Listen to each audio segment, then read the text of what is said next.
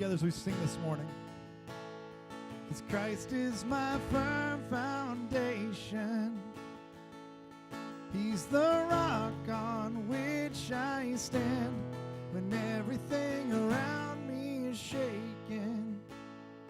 Well, I've never been more glad that I put my faith in Jesus.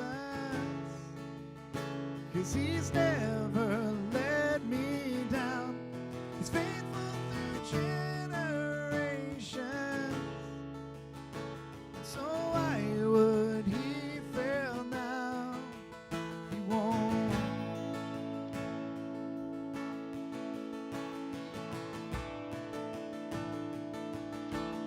And I've still got joy in chaos. I've got peace that makes no sense, and I won't be going under. I'm not held by my own strength, 'cause I put my life on Jesus. He's never let me down. He's faithful through every season. And so why would He fail now? He won't. No, He won't. He won't fail. He won't fail. He won't. No, He won't. He won't fail. He won't fail. 'Cause Christ is my firm foundation. He's the rock on which I stand when everything around me is shaking. I've never been more glad that I put my faith in Jesus. He's never let me down. He's faithful through generations. So why would He fail now? He won't. No, He won't. He won't fail. He won't fail. He won't.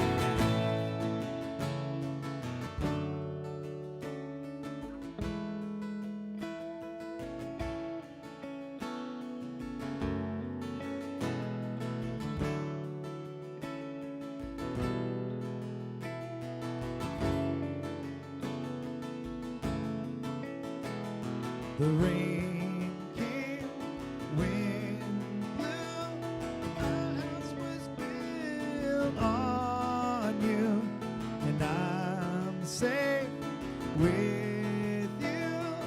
I'm gonna make it through.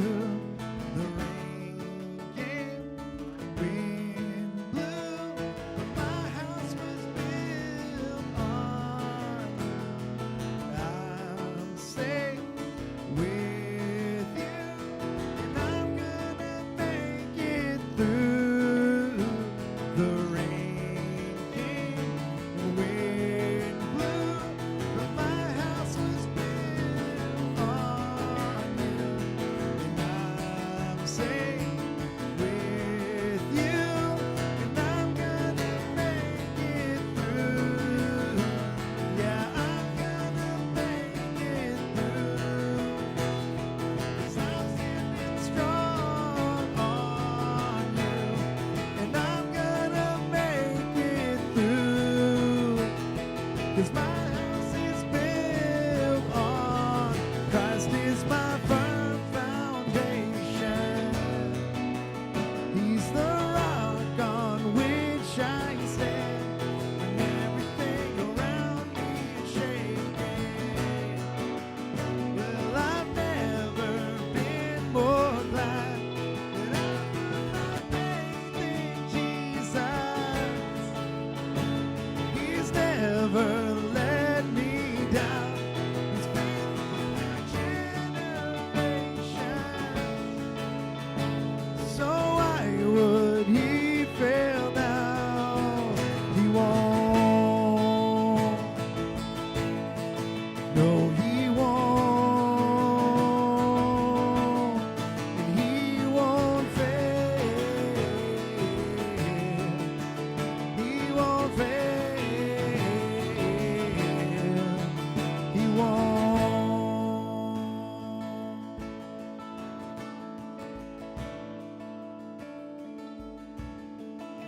this morning, as we sing this morning, as we spend time together this morning, we build our lives on Jesus, our identities, all of who we are. That's what we're going to talk about through this beginning of this series. We all know the verse that Jesus talks about the rain coming and the wind blowing, and that we stand firm on him. But there's a prophecy that goes way beyond that, way before that. In Isaiah 28, it says, this is what the sovereign Lord says, see, I lay a stone in Zion, a tested stone, a precious cornerstone, for a sure foundation. The one who relies on it will never be stricken with panic. Doesn't that feel good? No anxiety, no worry, no stress, because of this firm foundation on which we build our lives. So today we're going to sing of his goodness, of his greatness, as we sing together.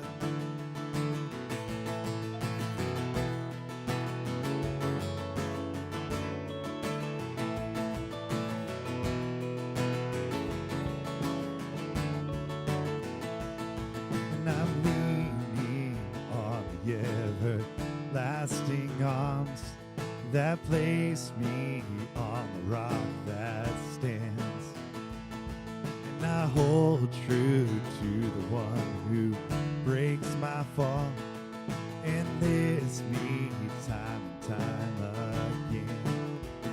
Oh my God, so good, you never give up on me. Oh, what joy I found because of your love for me. Oh my God, so good, you never give up on me. Oh, what joy I found because of your love for me.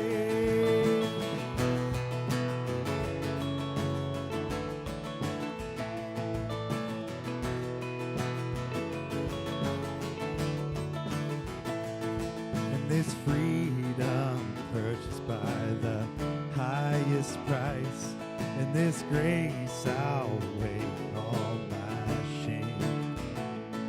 And I'm made new through the power of sacrifice. From death now raised to life again. Oh my God, so good, you never give up on me. Oh, what joy I found because of your love for me. Oh my God, so good, you never give up on me. Oh, what joy I found because of your love for me.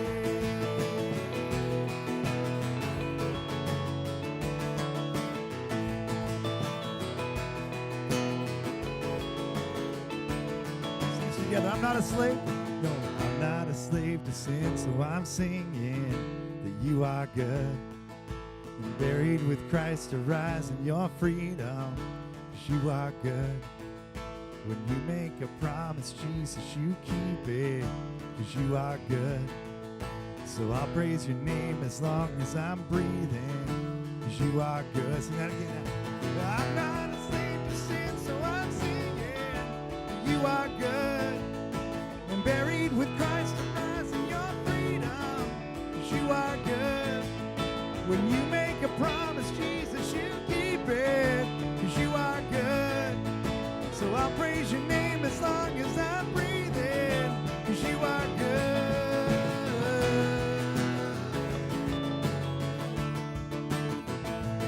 You are good. Oh my God, so good, you never give up on me. Oh, what joy I found because of your love for me. Oh my God, so good, you never give up on me.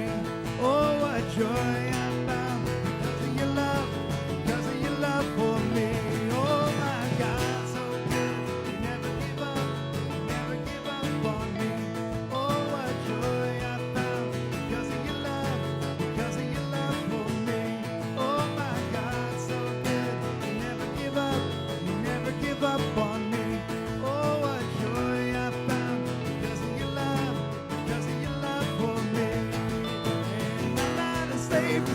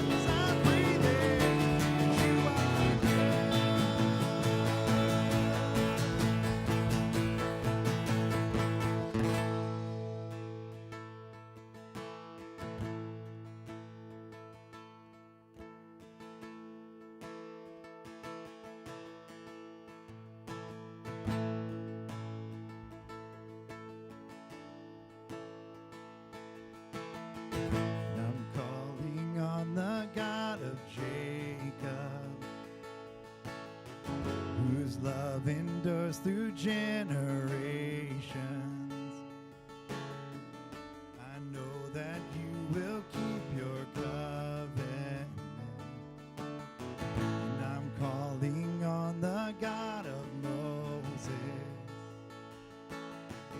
the one who opened up the ocean.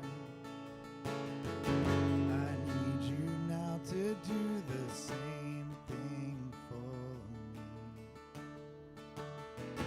Oh God, my God, I need you. Oh God, my God, I need you now. How I need you now. And oh rock of ages, I'm standing on your faithfulness.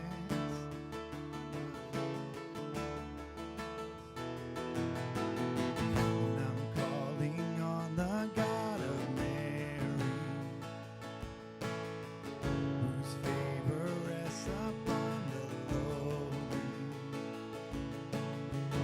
I know with you all things are possible.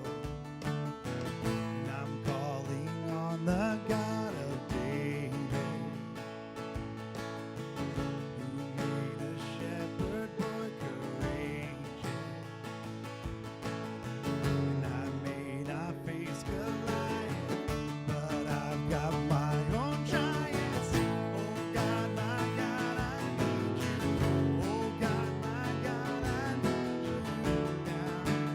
How I need you now. No rock, oh rock of ages, I'm standing on your faithfulness.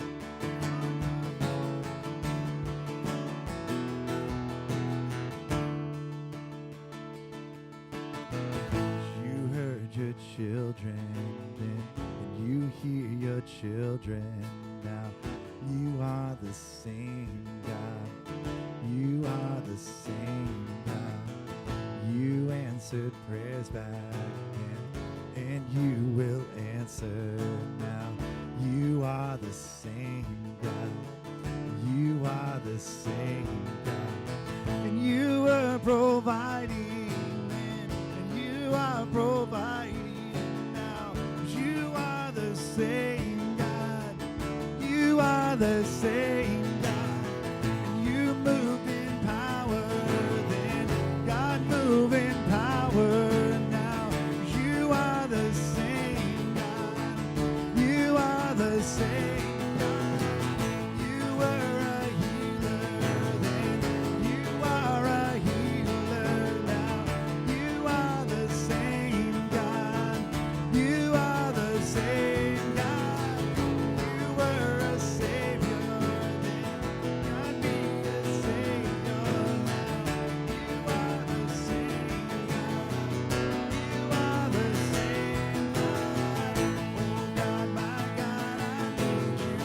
Oh God, my God, I need you now.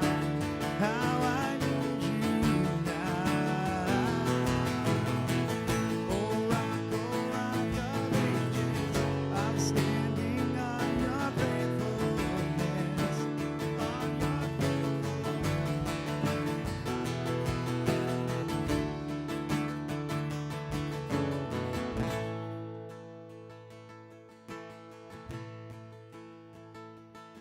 I'm so grateful that we can look at Scripture, that we can look at just your history and see your faithfulness and see the ways that you've moved in power, the ways you've moved in healing, and that we know that we are crying out to that same God, that you are still doing that, that you're showing up in our lives, and we can see evidence of your faithfulness all through history and right now in our lives today. And so, Lord, we do come to you this morning. We do say we need you. We need you to show up in the moments of our lives right now, and we know that you will. And Lord, as we talk about identity this morning, there's so much in this world that wants to tell us who we are, but we know that you are the only one that can do that. And so, Lord, I pray that we would lean into that this morning, that would be asking you to tell us more about who we are, how you've created us, the identity that you've given us. So, Lord, we're listening this morning. We ask that you speak through Kevin, that we would be open to whatever you want to say to us us this morning, how you want to shape us. We love you, and we pray this all in Jesus' name. Amen. You can have a seat. Good morning. We're so happy that you're here this morning. It's lovely to see all of your lovely faces. A couple things. As always, fill out that connect card on your seat. We want to know how we can connect with you. We want to know how we can be praying for you. That's something we really value. You can always drop that off in the offering box on your way out. And as always, if you want to get more connected, I'm at the connection desk.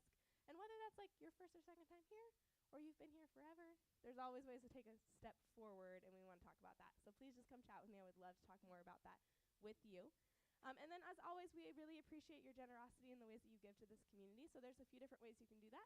You can do that through the offering box. We have a lovely app that you can download, which, friends, it's fantastic. Has all the information for that, and also all the events that we have going on. So if you're ever like, what's going on? That's a great place to look. And I don't really use technology, hardly ever. And I even use it, friends. And yes, I had to figure out how to get downloaded, and yes, you have to keep it updated. I learned that, okay? Learn that you have to keep it updated. But if you download it and you keep it updated, it tells you some amazing things. Like all the things that I'm like talking to you about all the time, they're just magically in there. AKA Kevin puts them in there. That's how they get there, I'm pretty sure, okay? So they're there, and you can use it, and there's lots of ways that you can find out more about what's going on. You also can give to things that we're working on here, and we would love for you to be a part of that. So we're just so grateful that you're here this morning. We're going to talk more at the end of service about some ways that we're really excited to serve together in the coming months. But before we go any further, do me a favor, stand up, say hi to the people around you. My Restoration Kids friends, you're going downstairs with Ryan, and preschool is upstairs with Stephanie.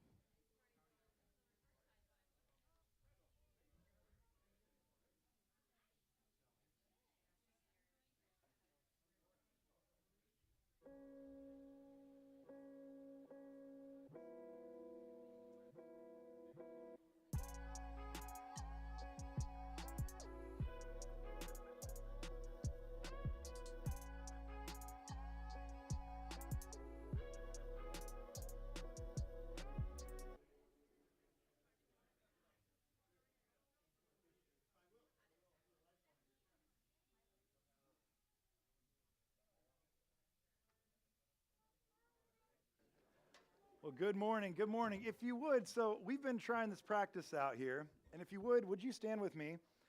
I want to walk us through this just real quickly. This is kind of a practice the church has done for a long time. When there is scripture read, so we're going to teach out of. We've been doing this around here on some of our Sunday mornings recently. There's usually a scripture read, and this is just kind of the teaching text for the day. And there's nothing like magical about that. It's not like we pull this out. We're not following a liturgy. But as we go through this, we see these words. So what will happen is usually the reader will read the scripture to kind of set our hearts, our minds, give attention to what we're going to talk about for the day. And then what happens is at the end of that, there is a little call and response. So at the end of that, what will happen is the reader will say, and you've heard them say it, sometimes they'll say, "This is the word of the Lord." And the call and response in the church for about the last 400 or 500 years has been, "This is the word of the Lord," and everybody responds with, "Thanks be to God." So we're going to practice that this morning, okay? Just so you know how that works and see what happens here. So I'm going to read through the text we're going to be in today. Colossians 3, 1 through 11. "Since then you have been raised with Christ. Set your hearts on things above, where Christ is seated at the right hand of God. Set your minds on things above, not on earthly things. For you died. Your life is now hidden with Christ in God. When Christ, who is your life, appears, then you will appear with him in glory. Put to death, therefore, whatever belongs to your earthly nature: sexual immorality, impurity, lust, evil desires, and greed, which is idolatry.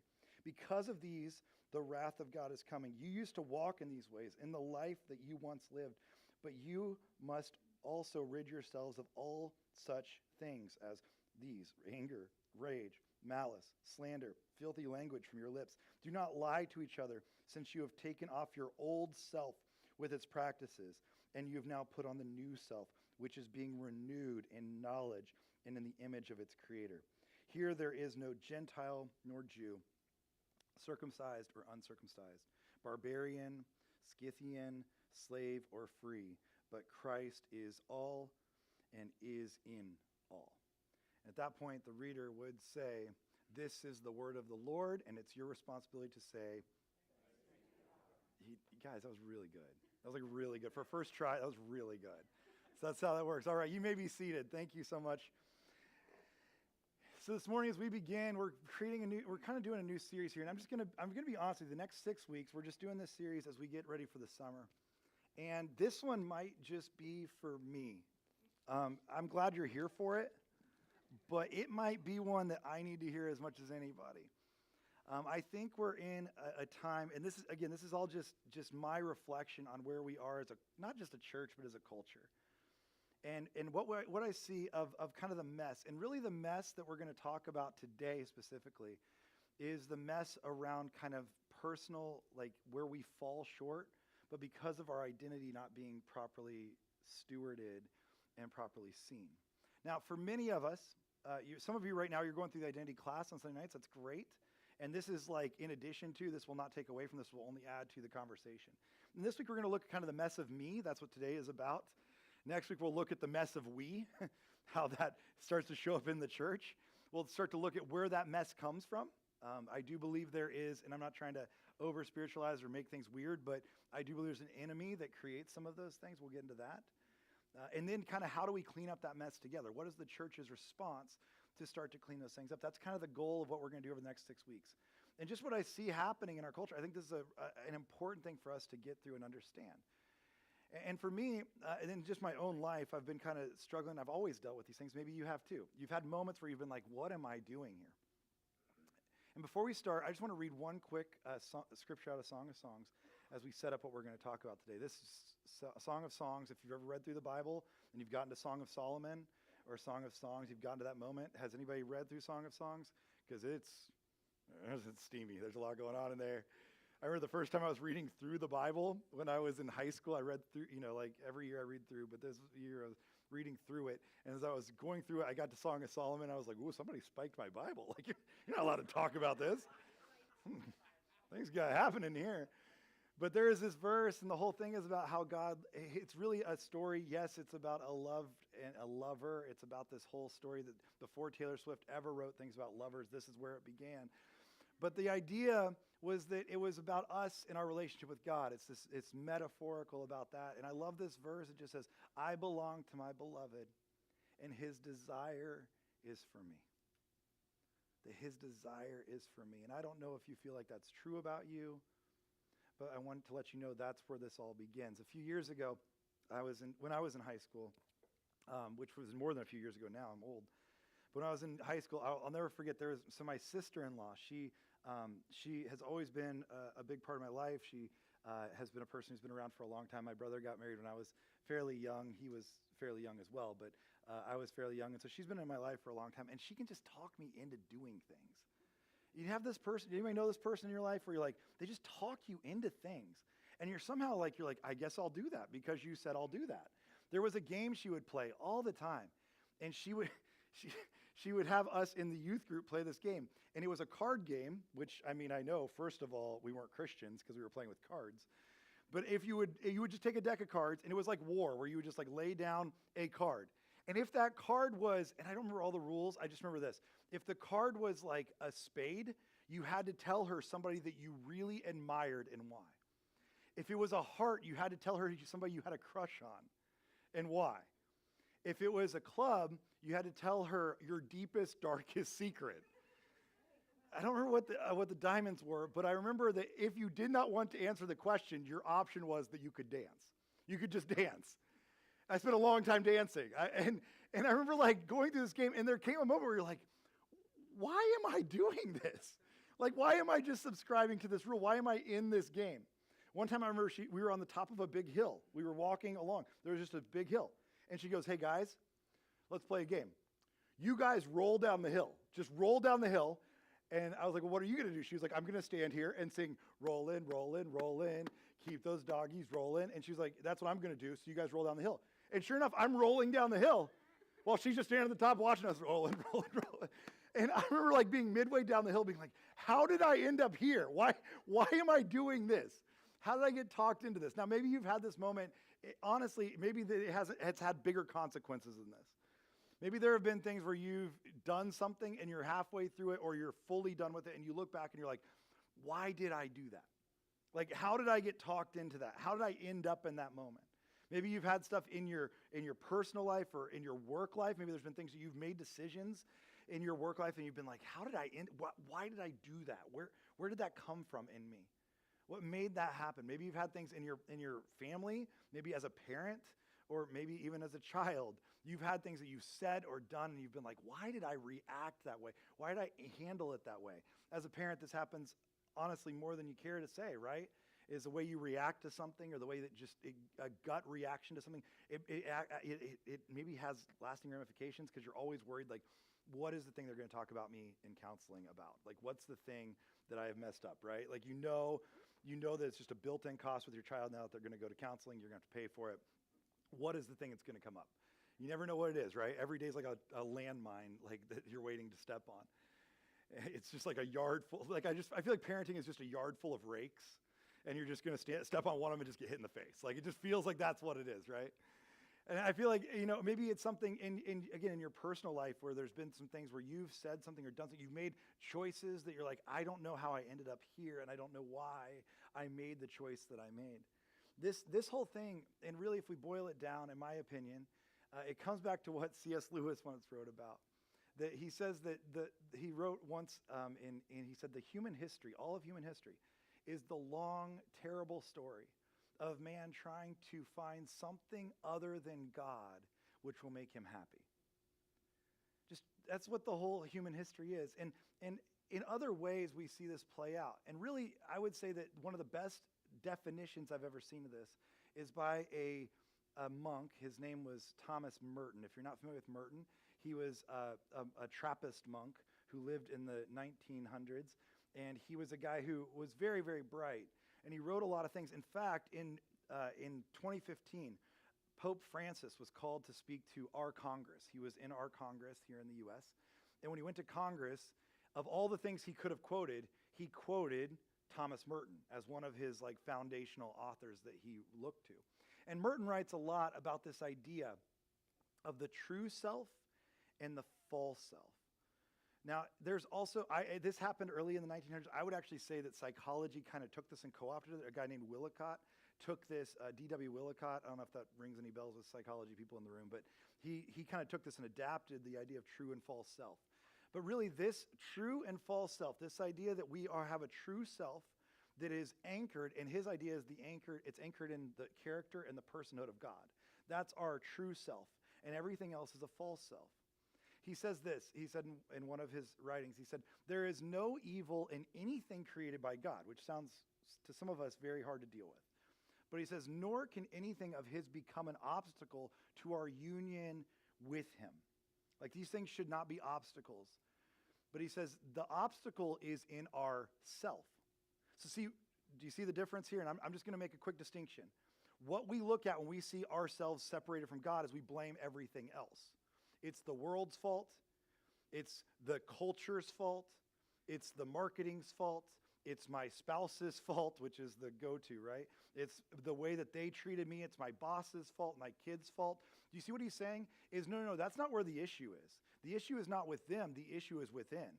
The obstacle is to say the self. It's ourselves. That is to say the tenacious need to maintain our separate, external, egotistical will. That's where this begins. It is when we refer all things to this outward and false self. That's the outward stuff. That we alienate from ourselves from reality and from God. It is then the false self that is our God. It becomes the God. And we love everything for the sake of this self. What he's saying is basically anywhere that you go to try to find love, value, acceptance, that is not from God himself. Anywhere else that you search for love, for value, for acceptance, that is the false self. And at the end of the day, it's going to let us down. Our identity is not anchored in this false self, looking for love, acceptance, value from all these other places. And I think for many of us, that's where we live. We constantly live in a way where we're trying to find this false self. We're trying to find our identity based on other things around us. And today what we want to look at is what Paul writes here in Colossians. We're not going to be in this the whole series, but we're going to go through a few different writings of Paul's. And this one, if you were here for the Ephesians series, you'll see a similar pattern to what Paul writes here. He has a very distinct way of writing these things. But if you would follow me just really quickly into chapter 3 of Colossians. If you have a Bible or a phone or whatever, we're going to just be looking just at this passage. Colossians chapter 3, beginning in verse 1. We're going to go through verse 11, or verse about 10, somewhere in there, okay? And what he writes, again, he says, "Since then you have been raised with Christ, set your hearts on things above where Christ is seated at the right hand of God. Set your minds on things above, not on earthly things. For you died, and your life is now hidden with Christ in God. When Christ, who is your life, appears, then you will appear with him in glory. Put to death, therefore, whatever belongs to your earthly nature, sexual immorality, impurity, lust, evil desires, and greed, which is idolatry.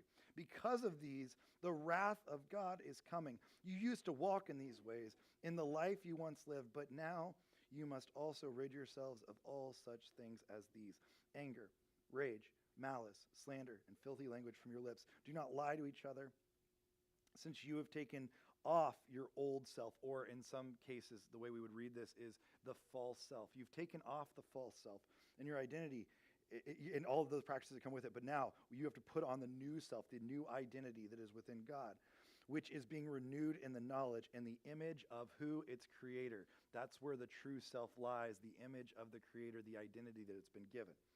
Here there is no Gentile or Jew, circumcised or uncircumcised, barbarian, Scythian, or slave or free, but Christ is all and is in all. Now, Paul is writing to two different crowds in this Colossian church.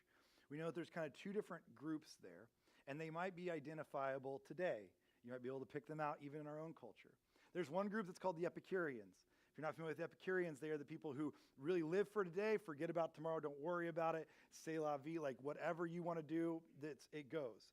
It's this way of living where really you're looking for identity in everything around you. It's the fun that you can have, the good times that you can create, the people that you can surround yourself with. It really is this idea where nothing matters except for the moment that you're in. And it's dangerous to identity. If you're not familiar with it, it's a dangerous thing. I see it playing out right now, and I mean, I hope that you do too. Like, I was at a wedding just this weekend, and it was interesting because have you ever been to a wedding and like they play songs that you're like, I don't think this fits a wedding? Like, I was, yeah. I remember like we had some friends who got married, and they had their dance was "Let It Go" by James Bay, which is a breakup song, a clear breakup song, and that was their first dance. You're like, I don't think you want that. I don't think that's what you're looking for.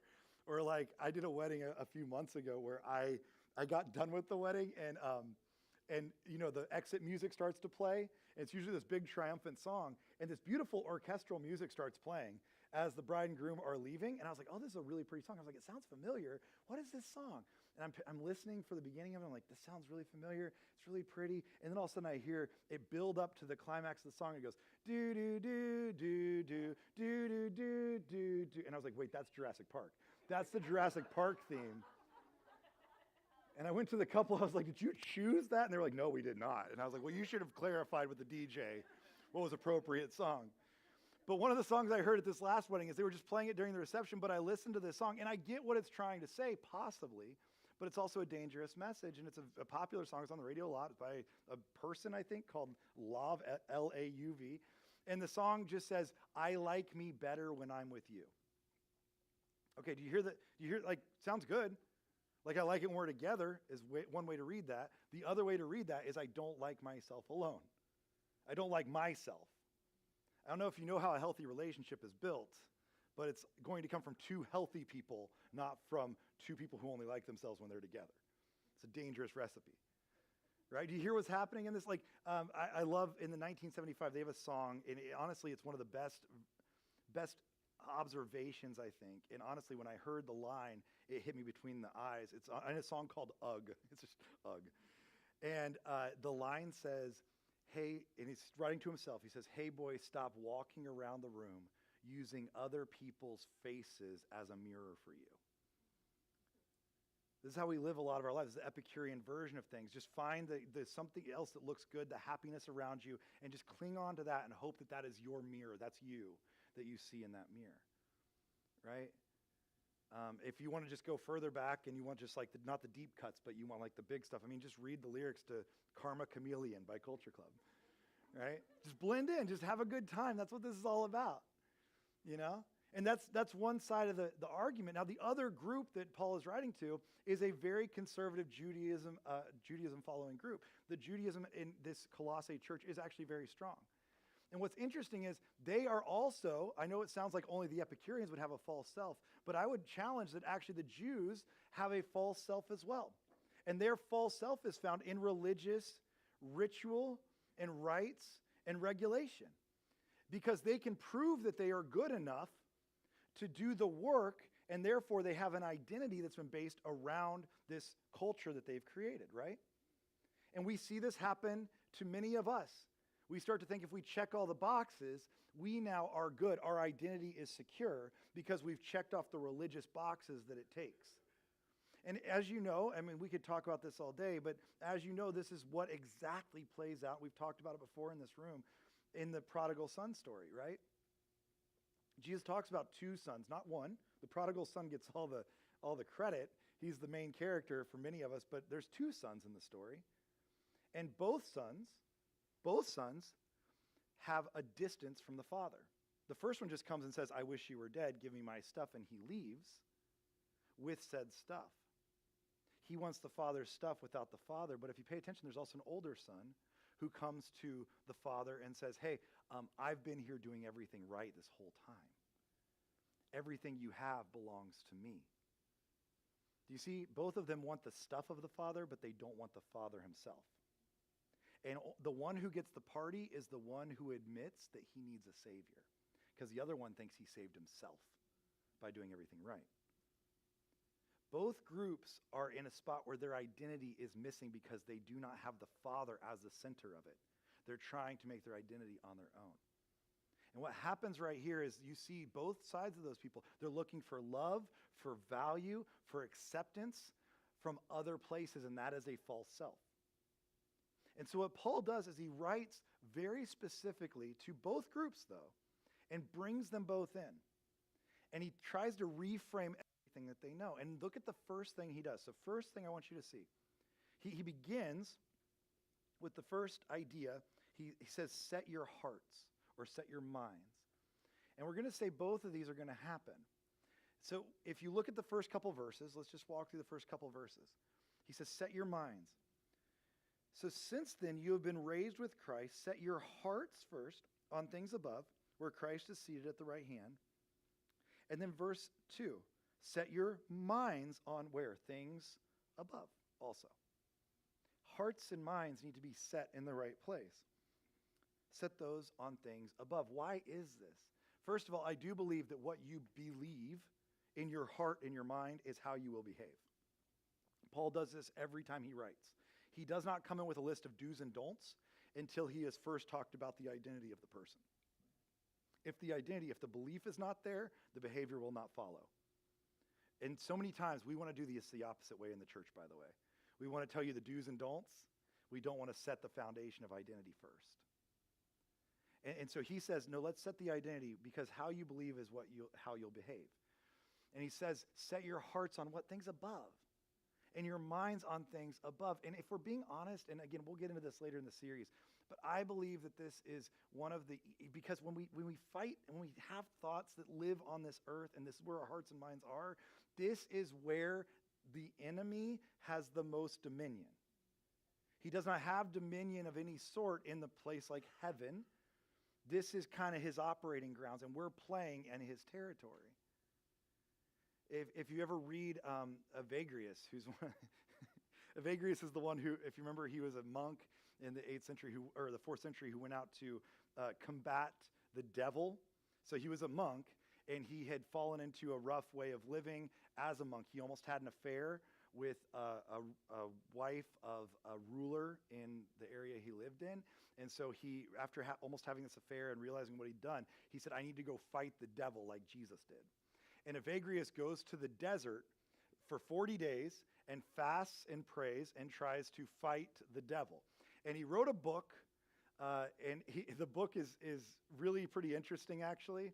And it's about confronting the devil. The subtitle is one of the best subtitles in all of books. It's a monastic guide to combating the devil. Like if you ever want to read a monastic guide to combating the devil, it's a great read. But he talks about this, and the biggest thing he talks about is the lies that he's come to believe.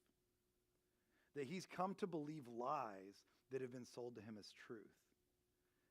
And those lies are there, if we're being honest, because, first of all, if you don't know this, Jesus calls Satan the father of lies. That's the term he uses. That's like what he writes. That's what he says. He's the father of lies. He distorts things, and he makes you believe they are true.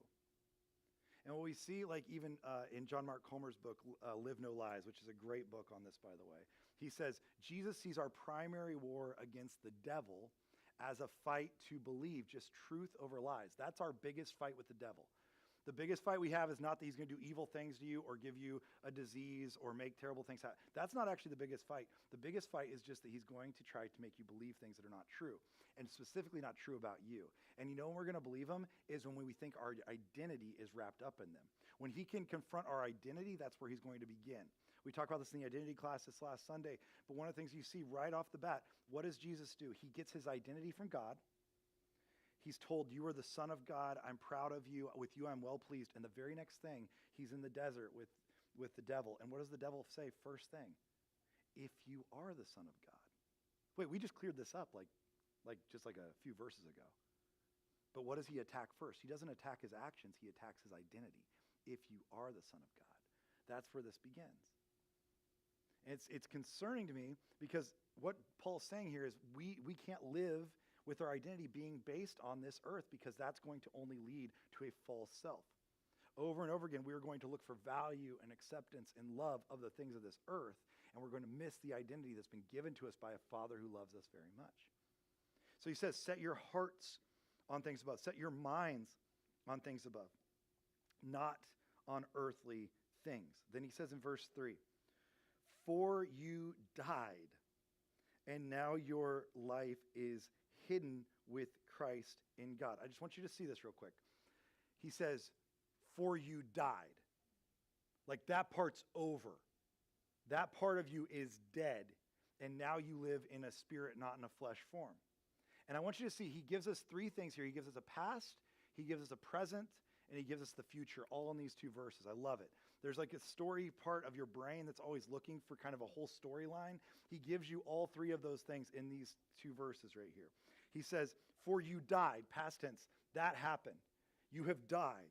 And he says, and now your life is hidden with Christ in God. That's where you're at now. Your life is hidden within Christ. Christ is covering that thing. Christ is all over it. He has covered you.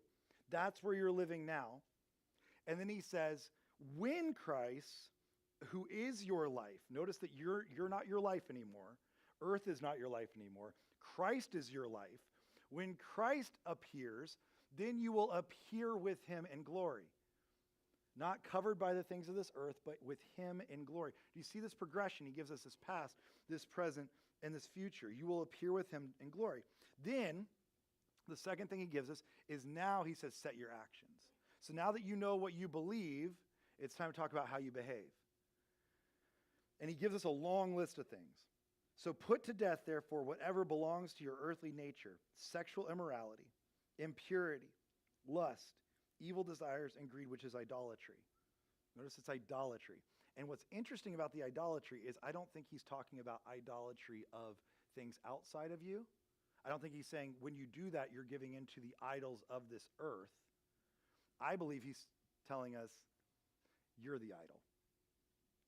You've made yourself the idol. Their false self is the idol. The old self is the idol. That's the idolatry.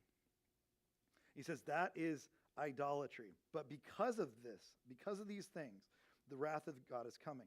Then he says in verse 7, you used to walk in these ways in the life you once lived, but now you must also rid yourselves of all such things as these. Rid yourself of anger, of rage, of malice, slander, and filthy language from your lips. Do not lie to each other, since you have taken off your old or false self with its practices, and you have put on this new true self, which is being renewed in the knowledge and the image of its creator. What we see here is that Paul's not just giving a list of things to do and don't do. What he's giving here, if you're paying attention, is a symptom. It's a list of symptoms of the false self. These are symptoms that when we look for love, for value, for acceptance and other things, this is what we're going to get. These are the symptoms of it. And every time we fall into these symptoms, it's a chance for us to stop and ask ourselves a question. And actually ask ourselves, what is it that this moment, what about this, when you're tempted by these things, what is my core belief about God or myself in this moment? If you fall into these things, let me just say it like real, and we'll be really honest. When you have those moments of temptation towards impurity, towards lust, towards evil desires, towards sexual immorality, towards greed, it's a great chance to stop and ask yourself, am I doing these things? What about my core belief of who God is being challenged here? And what is it that I believe about myself in this moment? Where is my identity? When I think that it is time for me to objectify a person of the opposite sex, what is it saying about what's going on inside of me? Not about them. Not about the world and the problems that it's creating for me and the culture and this whole evil earth. No. What is it saying about my identity? Where am I looking for love and value and acceptance? When I think that I need just a little bit more money or I need to just take a little bit more, or I need to have a little bit more, the greed starts to become a real thing in us. What is it saying? Not about the culture that says you need more and more and more. Yeah, it's always going to say that. Consumerism's always going to do that to us. But what is it saying about me and myself and my belief about God and his provision for me in this moment? We have to ask ourselves, what is that saying about me, not about them? And so this gives us that opportunity to do that. And I'll be honest with you, I've had moments like this where you find conflicting messages. I mean, there's times where it like conflicts, doesn't it? Like where you're like, this is why Paul writes, right? He writes in Romans like this whole thing about this is why I do what I don't want to do, and I don't do the things I want to do. I mean, it's conflicting all the time. I'll never forget there was a time, this was a few years ago, and I've shared this before, but where my sister was going through a divorce. And it was a very difficult situation for our whole family and just tough, and of course for her more than anybody. And she sent me an email. I was sitting at my office at the church I was working at the time, and she sends me this email. And the email just says, I talked to my therapist, and she said, I realized that my divorce will be finalized on the same day that our dad died, like the same date that our dad died years ago. And she said, I don't think there's a coincidence there. I think there's something she was learning about herself and trusting and just men. And he was a terrible guy. I'm not saying that, but like just kind of this trusting thing that she'd lost her father and now she was losing her husband at that same time. She said, I don't think it's a coincidence. And I'll never forget, I thought, man, she's got so many unresolved issues with this. And as I was thinking about it, I literally got up from my desk thinking about how messed up she was in this moment. And I went to a store right next to us, to a Kroger, and I bought, conservatively, 18 bags of Cheetos. So many Cheetos.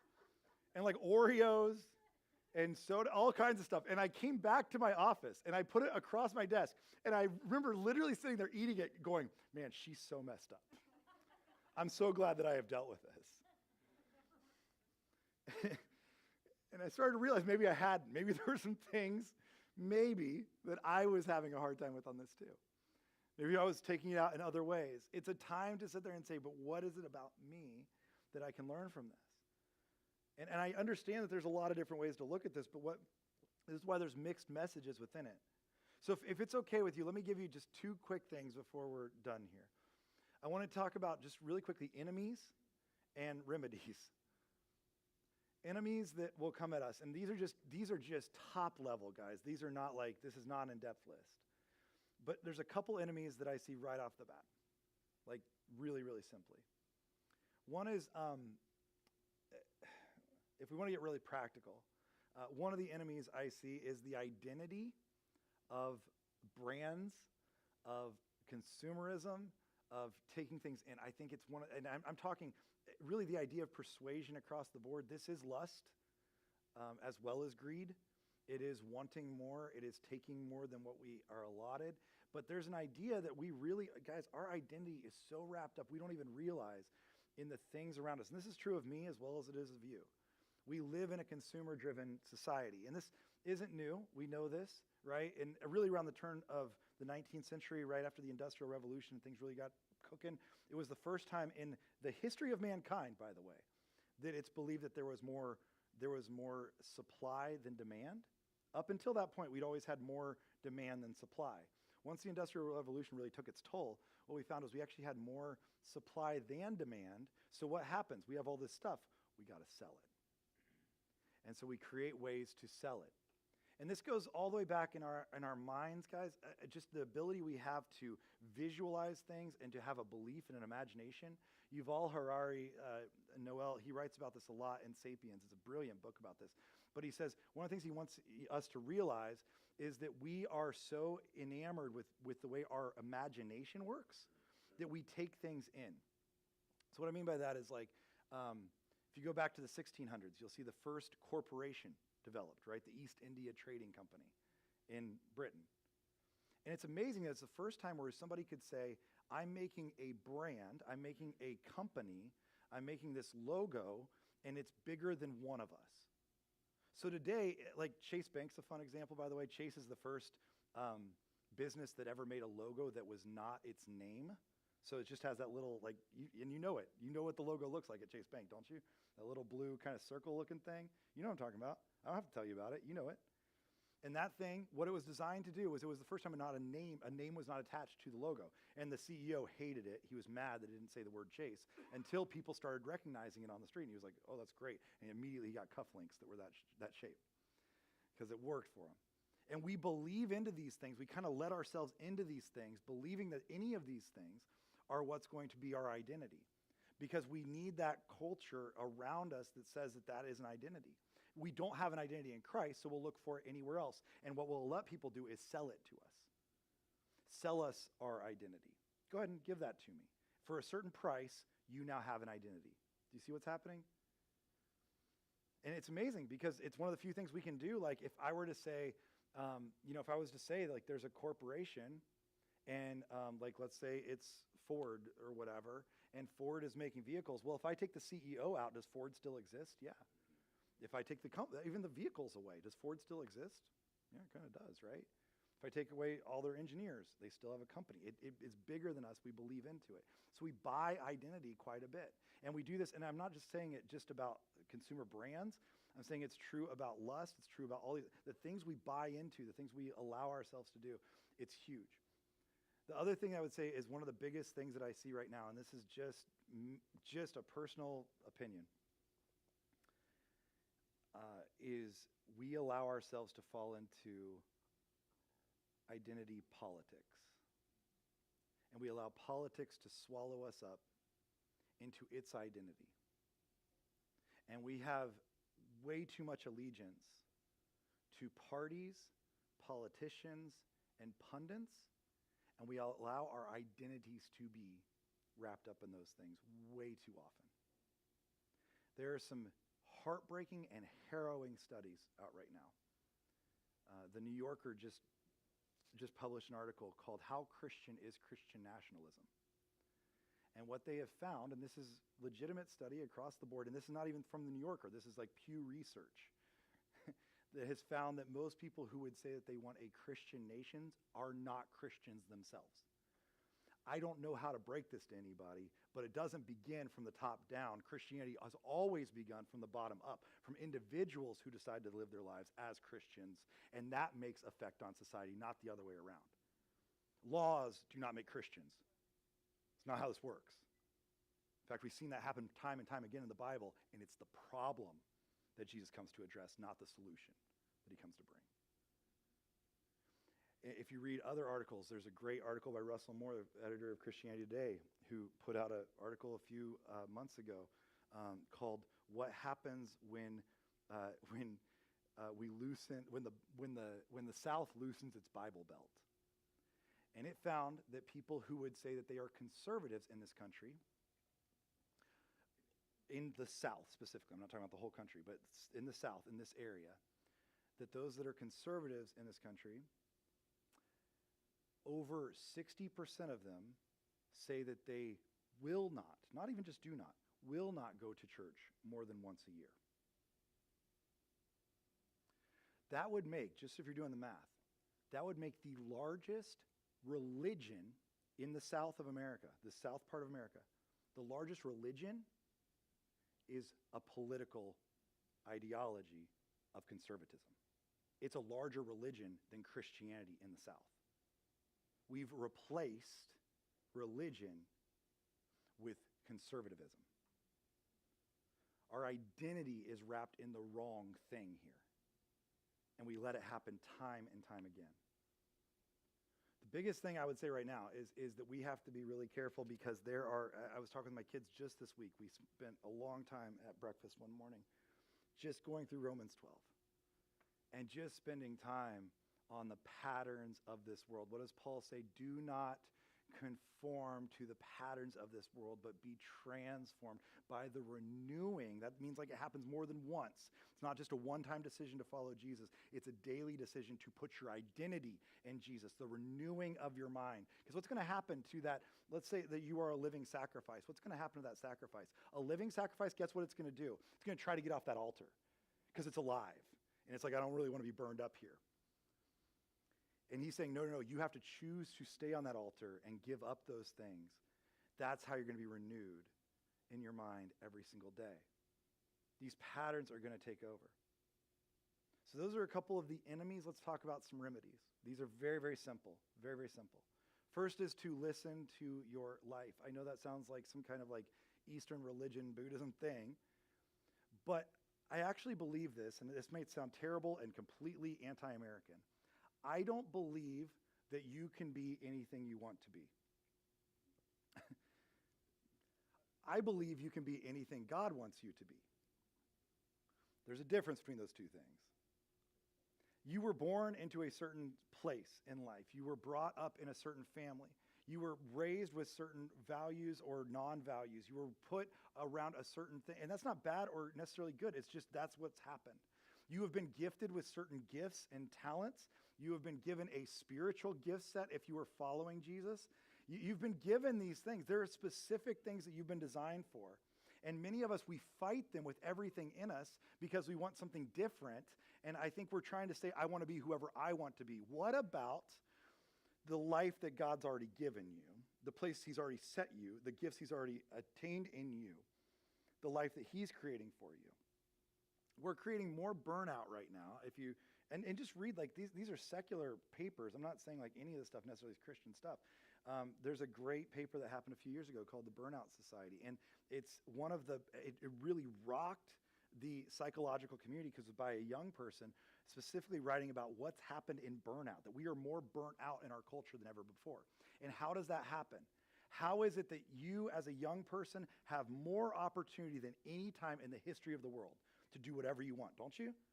We have more education, you have more wealth, you have more opportunity to do anything you want. Yet, what do you see in young people? More anxiety, more stress, more worry, more burnout than ever before. Well, it should be the opposite, right? We should be doing more, not less. But the reality is we've tried to say we can do anything we want. No, God has placed you in certain places. Your identity is in him. Allow him to be the one. Listen to where he's placed you, the life that he's given you. I believe that's there on purpose. And so actually, when we go through identity, like we were talking about yesterday, Jolene was here, we were talking about identity a little bit in the class. That's why we go all the way back to like, where were you born? Where were your settings? I believe those are sacred settings. There's a reason that you're in the spot you're in. Listen to what God's been doing in your life. And the second thing is listen to others. And I'm talking about like smart people. You know the difference. You know the difference. If you don't, that's a real problem in your life. Listen to others. And I'm not talking about like meme generation, guys. Like I am blown away at memes that are shared on social media that somebody writes a little blurb and people are like, that sounds smart. And you see it like posted. I kid you not, I saw one the other day that was from somebody who is a parent and I think is actually a pretty decent parent, but it was about parenting. And I looked at the page that it was shared from and it was called Drunk All Day. That's what the page was called, Drunk All Day. It's like, so you're taking parenting advice from Drunk All Day. This sounds good. Maybe look at the fruit their life has produced. There's one of my favorite Instagram pages. You don't have to follow. This is totally free. I wasn't paid for this. But Yeah, it's called Power of Self-Care. Has anybody read Power of Self-Care? One of the greatest pages. It's created as an ironic page by a psychologist who thought there is so much ridiculous mumbo jumbo on the internet that I'm going to just start writing them as though they're serious. This is one of the things they put out just a couple days ago. You're smart, powerful, kind, and confident, and that's why nobody likes you. I love this. Have the courage to eliminate everyone who isn't telling you what you want to hear. Right? And you read it and you're almost like I know people who share these unironically. And they're like, that's right. I should eliminate everybody who tells me stuff I don't want to hear. No, that's not healthy, but these are the meme generation version of us. This one was really good. This is your gentle reminder that you are entitled to a massive fan base. So there's like a lot of good things here, right? You get to do what you want. Meme generation is not what I'm talking about. Listen to others that know you and that know God, and they can speak into your life. C.S. Lewis once said that God works through us in a multitude of ways, but mostly through each other. God works on us in a multitude of ways, but mostly through each other. And for many of us, we have to find those people. I'll never forget my brother. One time, we were coming back from something we had been doing for the church. I'd been working in the church with him, just volunteering as a high school student. And I was determined that my next step in life was to go play basketball or maybe football at a school. I was recruited, like things were okay. My belief was if I was 6'5", I was going to go play basketball at University of Kentucky. But I turned out to be 6'1", and so I played guitar at Warner University. Very similar. But I was like, that's what I'm going to go do. That was my plan, that was my goal. And I'll never forget, we were in the car, and he was talking to me, he just said, Kevin, what's your goal after this? And I said, I think I'm going to go play sports, that's what I want to do. And he said, yeah, okay. And he said, that's fine if that's what you want to do. Let me just tell you what I see. And he started to tell me he said, I see these things, these gifts you have of communicating, these gifts you have around other people, these gifts you have of even music, different things. I think maybe, have you ever thought about doing like ministry? I think that might be where you're called. And I said, no, I don't think so. And to this day, I've been right. So you can let him know. But I remember him having this conversation with me, and it meant a lot to me. And you know what it uncovered as we had the conversation? This took us more than one conversation. And this is one of the deepest things that I realized about myself, was that I would play any sport because I was looking for any man who would be a father figure and tell me they were proud of me. And I would do anything. I would sacrifice my body on every level. I would be the first one there and the last one to leave. And sometimes, yes, I loved the sport, but when it came down to it, what I loved was that I was finding value and acceptance and love in a false self, not from a true one. Not from God himself, but from others that I needed approval from. I'm not going to lie to you. This is still one of the things I wrestle with more than anything. It's being liked. I think we all like to be liked. I like to be liked. But it's an important thing to have somebody that speaks in your life and says, but is that the most important thing about you? Is that your false self speaking, or is that your true self? And so we have to listen to others, again, smart others, the right others, not the internet of others. Listen to others. And the last thing, it's going to sound very cliche, listen to God himself. What God says about you is true. In this, he tells us that we are covered by him, that we are wrapped up in him. When we come to know him, that he has covered us, that our old self is dead, we are now living under his guise of protection, of provision. We are under him, and now we move towards a more glorious future with him. But we have to realize that God is the one who gives us our identity. This is anti-American. We do not create our identity. We receive our identity. We do not create our identity. We receive our identity. Look at the Bible. Look at the stories that we see. Again, we talk about this in identity. But look at John the Baptist, who is out and people come to him and say, "Are you the Messiah?" And he says, "No, I'm not." And they say it again, "Are you Moses? Are you Elijah? Are you a prophet?" He says, "No, I'm not them either." He knows exactly who he is. Again, most people, if people came to us and said, hey, are you the Messiah? I think most of us would at least give it a second thought. Are you the Messiah? We'd be like, I don't know, maybe. What do you think? I mean, you think so? I don't know. What's the salary package? Is there good compensation? Do you have benefits? Oh, I have to die? I'm not sure about it, actually. My whole cross thing. Yeah, the Messiah, I mean, like, he's asked clearly, are you the Messiah? He's like, no, I'm not. Are you Moses? Are you Elijah? No, I'm absolutely not that. I mean, Peter is given an identity, and it's given in light of Jesus. Jesus says, who do people say I am? Peter answers the question, you're the Messiah, the Son of God. He says, great, now you're a rock. Like, you're like Dwayne Johnson. You're the rock. Upon this rock I'll build my church. He gives him identity. We are given identity in light of who God is. Even Jesus is given identity in light of who God is. Right? When he is baptized in those waters and God speaks from heaven, he says, this is my son. He's given identity in light of who God is. And if that's true of Jesus, it should be true of us. Our identity is found in him first. That's where it begins. And for many of us, we look for other places. I remember there's a story of a rabbi, and this rabbi he came at one point to a bunch of his followers, and as he was with his followers, they said he was terrified. The story says that he was terrified. I believe he lived in the 1600s. Zerusha, I believe was his name. Anyways, Zerusha, he came to his followers, and he was there with his followers, and he was terrified. Like, he was so scared. And his followers said, why are you so terrified? What's the matter with you? And he said, well, I found out the question that God's going to ask me on the day of judgment. And he said, well, they asked him, what's the question? Why are you so scared of this question? He said, well, what I realize is that God's going to ask me a question. He said, he's not going to ask me, why were you not more like Moses, the one who led us out of captivity into freedom? Why were you not more like Moses? He's not going to ask me about that. He's not going to ask me, why weren't you more like Abraham, the father of our faith? Why weren't you more like Elijah, who brought down fire from heaven? He said, what he's going to ask me is, why were you not like Jerusha, the one I created you to be? That's the question he's going to ask me. And he said, I don't think I've lived into that enough. For many of us, we don't know that identity that we have. I'll never forget Brennan Manning in his book, Ragamuffin Gospel. He talks about this verse that we talked about at the beginning, that verse that we just read. In Song of Songs, chapter 7, verse 10. And he said before he wrote this book, he went to go find his identity in Christ. He spent a long time doing that.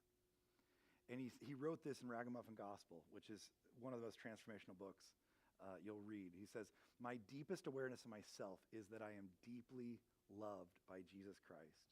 I have done nothing to earn or deserve it. And he said he spent 30 days just meditating on Song of Solomon 7:10 over and over again, that I am the desire of my beloved. I belong to my beloved, and his desire is for me. I belong to my beloved, and his desire is for me. The greatest identity we have is realizing that identity is wrapped up in a God who loves us.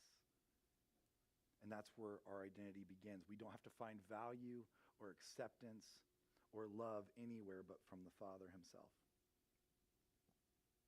What I want to do as we close today, I want to read you just a quote from about this, because I think we have to bring our whole selves into this as we're going to address the mess of ourselves. We have to bring everything we are. And David Benner, who's a fantastic author on this old self and new self, this true self, this false self, he writes about this, and I'm going to read you the whole quote. It's kind of long, but he talks about how he brings his whole self into this, and I find it to be true of myself. He says, every time I dare to meet God in the vulnerability of my sin and shame, this knowing of him is strengthened.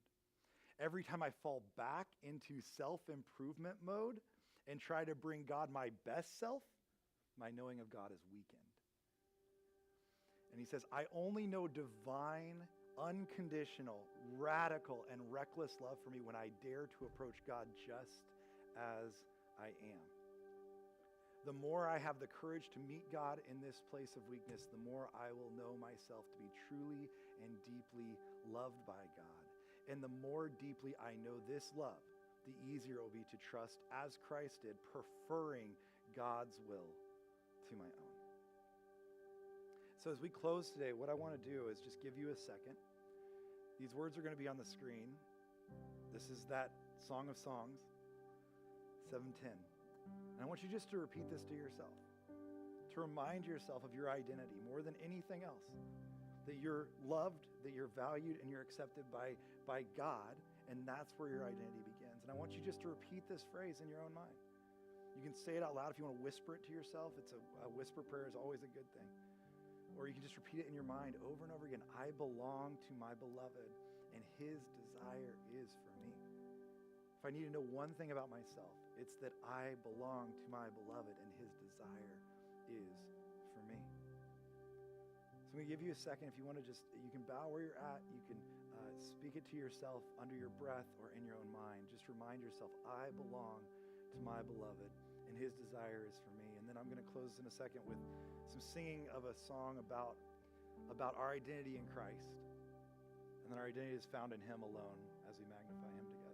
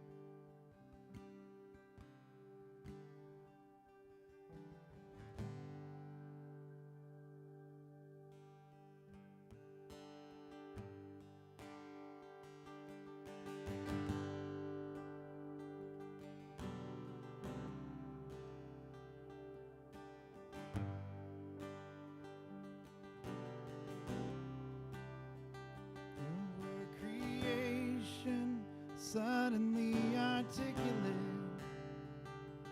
with 1,000 tongues to lift one cry. Well, then from north to south and east to west, we'd hear Christ be magnified.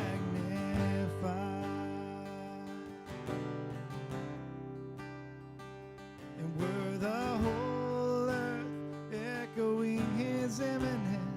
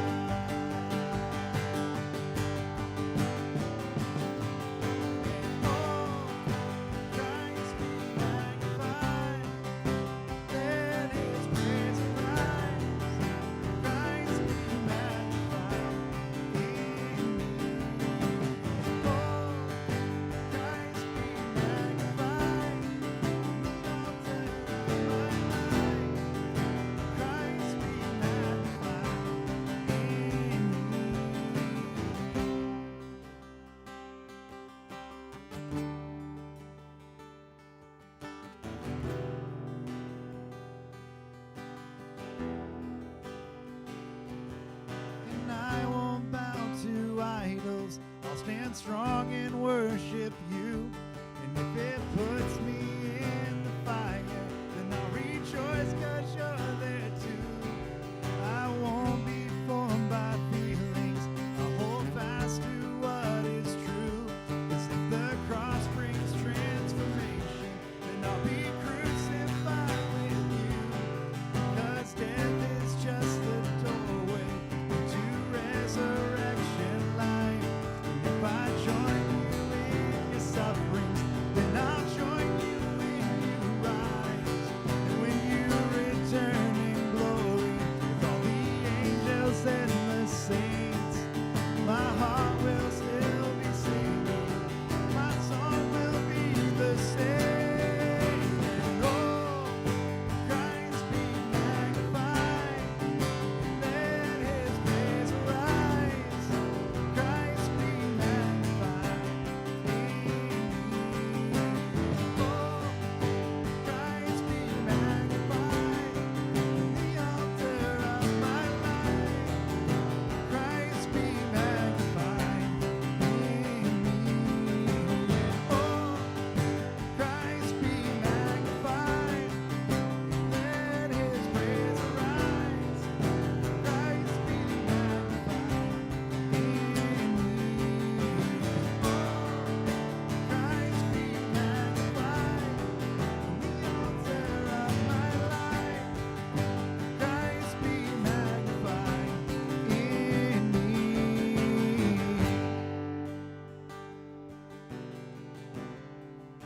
want to encourage us this week to spend some time even wrestling with some of those questions, looking forward and really asking ourselves where we're placing our identity. And next week we'll be looking at the mess of we, and so we'll continue to wrestle with that as a community. So we just encourage you to come back and be a part of that. A couple things that I just want to share with you that we are looking forward to and really excited about.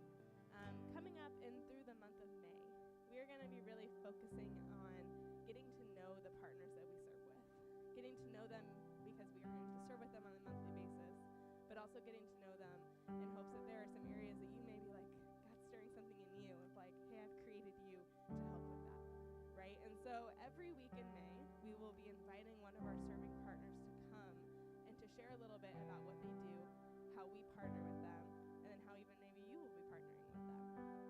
Also in May, traditionally, is when we have our birthday party. We like to celebrate around here. So we celebrate our birthday and all that God has done every single year.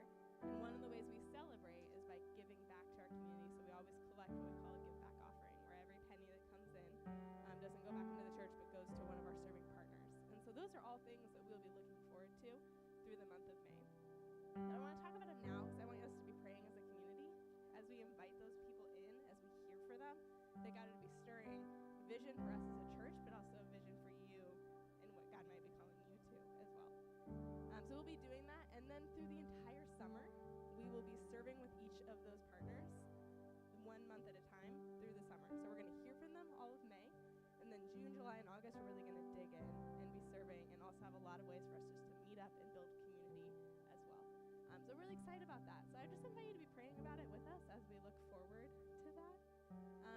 We're so grateful that you joined